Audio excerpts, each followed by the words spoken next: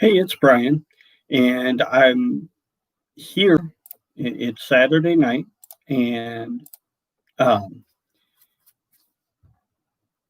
this is my weekend live stream for the week. Um, Today, I'm going to talk about a few things. Mainly, I'm going to start by saying my team, the Rams, lost earlier today. I couldn't watch the entire game because it looked kind of non-competitive. And for a while it wound up being more competitive than I thought it would be, but I couldn't watch the entire game. And yeah, it was just a case of a team wanting it more than the other. um, looks like Aaron Rodgers wants to win a Super Bowl and retire. I That's a hot take. Don't believe me when I say that, but really, it looks like he wants to win a Super Bowl and retire. And he played like it. The Rams defense wasn't as good against a real offense as um, was expected. Um, and so here we are.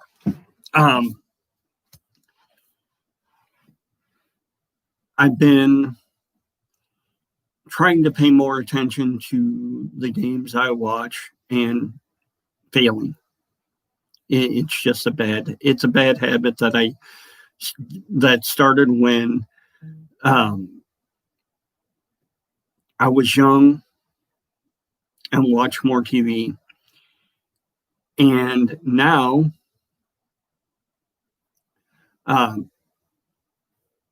it is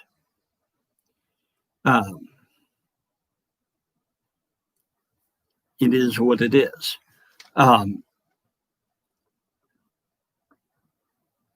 Covering a few other things. Hold on. It is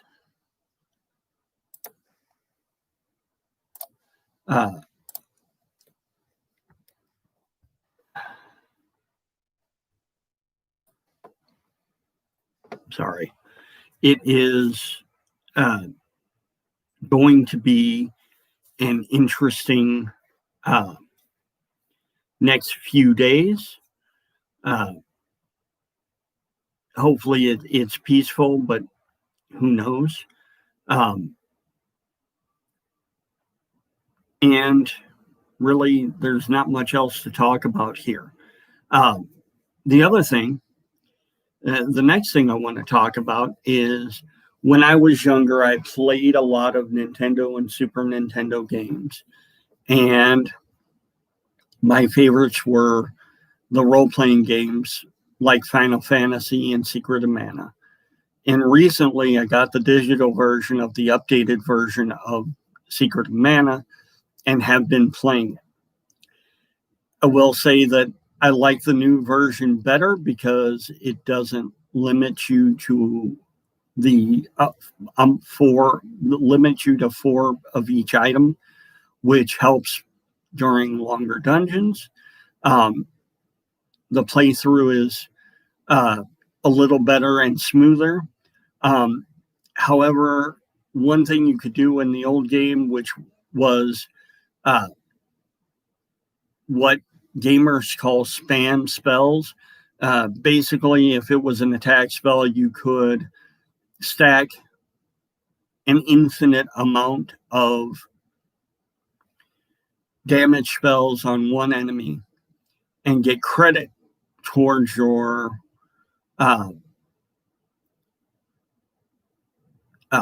elemental level for each spell you cast. And so you didn't actually have to do a lot of grinding to get your mana levels up. You can't do that in this game, which is okay, but it makes it a little more tedious when you have to grind magic levels and weapon levels in the new game.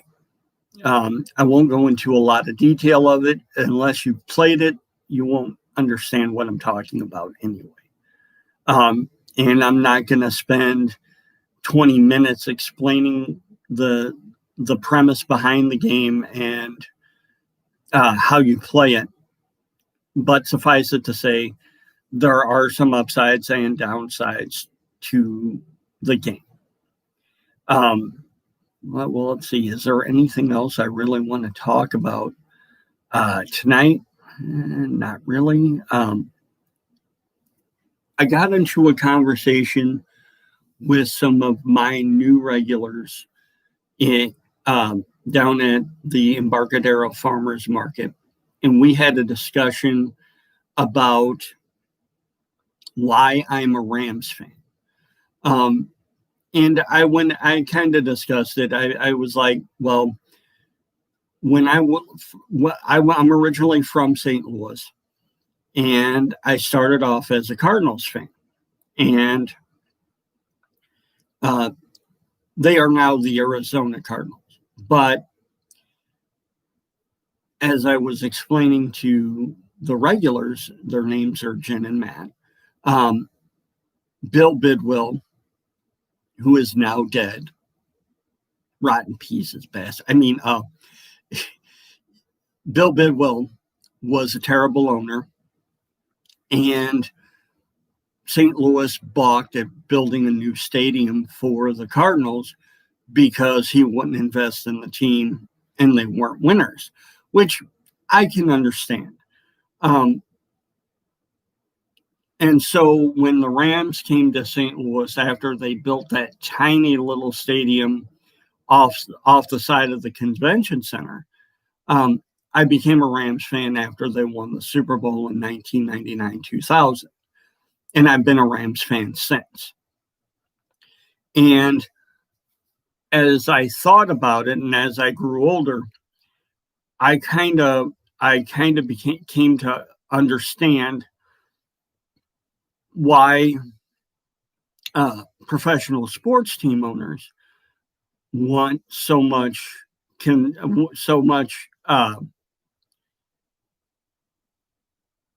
in concessions when they ask for public money to build a new stadium.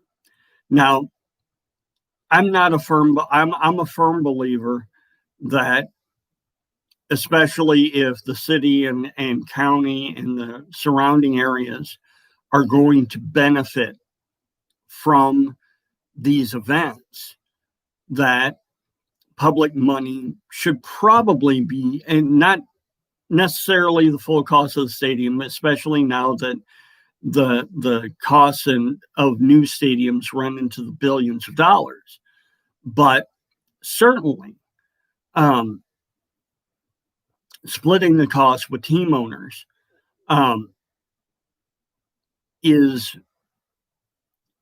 a worthwhile endeavor, because as I was explaining to Jen and Matt, the cost of building the stadium for the city isn't negligible, but 80,000 people flooding the area of the stadium where they're going to benefit from the money flowing from customers is worth probably a couple $100 million in debt. Now, there are issues behind providing these tax breaks for some people, and I understand that. But when it comes to that, stadiums just generate so much revenue. And I will say baseball stadiums generally generate way more revenue than football stadiums, because there are so many more baseball games than football games. Now, granted, if they're not a winning team and you're not investing in the product, then the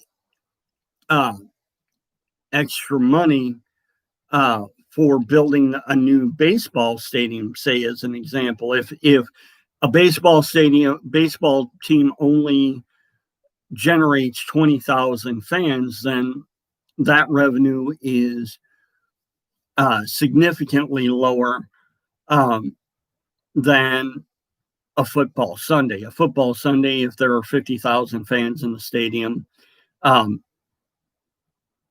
that's a low number for most NFL teams.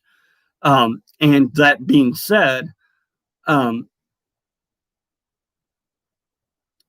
if a baseball team averages 25,000 or less patrons a game, then a city might be more wary to spend money on a baseball stadium than a football stadium. But still, the amount of revenue generated on game days usually pays for the stadium over the course of the loan that the city has to take in order to fund this item. And so it's bordering on criminal malfeasance if the locality doesn't at least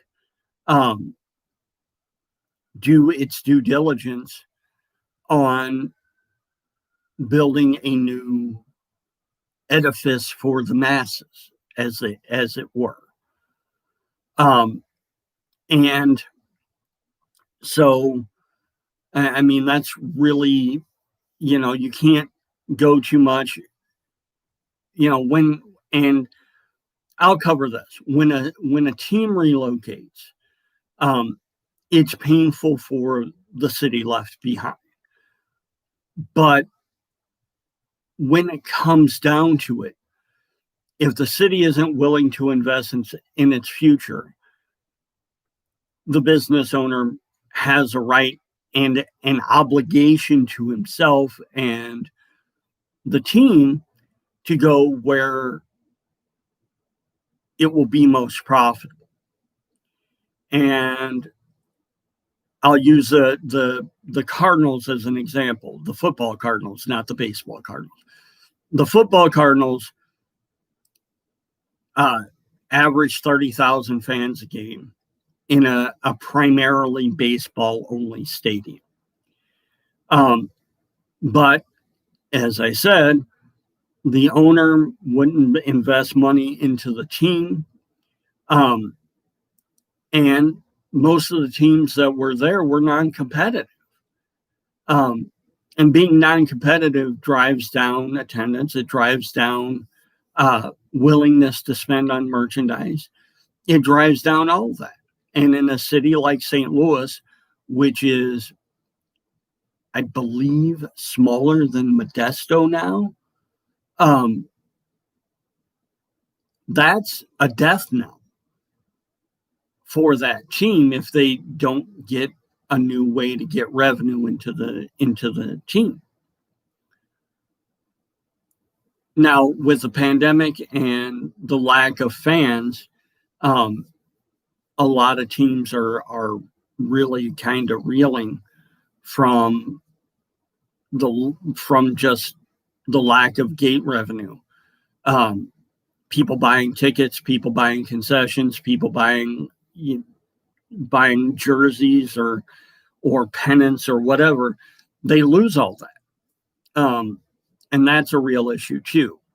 Not as real as, say, being evicted because you can't pay your rent because you haven't had a job in 6 months, which is also a downward pressure from this pandemic. But looking realistically at the entirety of sports franchises, failing the local aspect of sports franchises, not pandemic notwithstanding, is a very real and uh, somewhat punitive issue, and it rests on local leaders when it comes to that. If you don't have the stomach to spend money to keep a franchise, then you have issues bigger than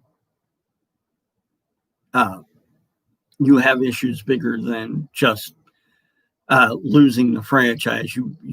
I mean, I can talk about this all day, and I'm not going to.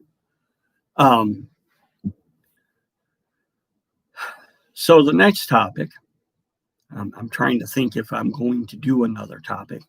To be honest, I don't have a lot to say today. So I understand this video was quite scattered, but it is what it is. I didn't have a plan for today, especially after the Rams loss. So there it is. Anyway, thank you for watching. Have a good night. Don't forget to like and subscribe the video when you get a chance. Thanks.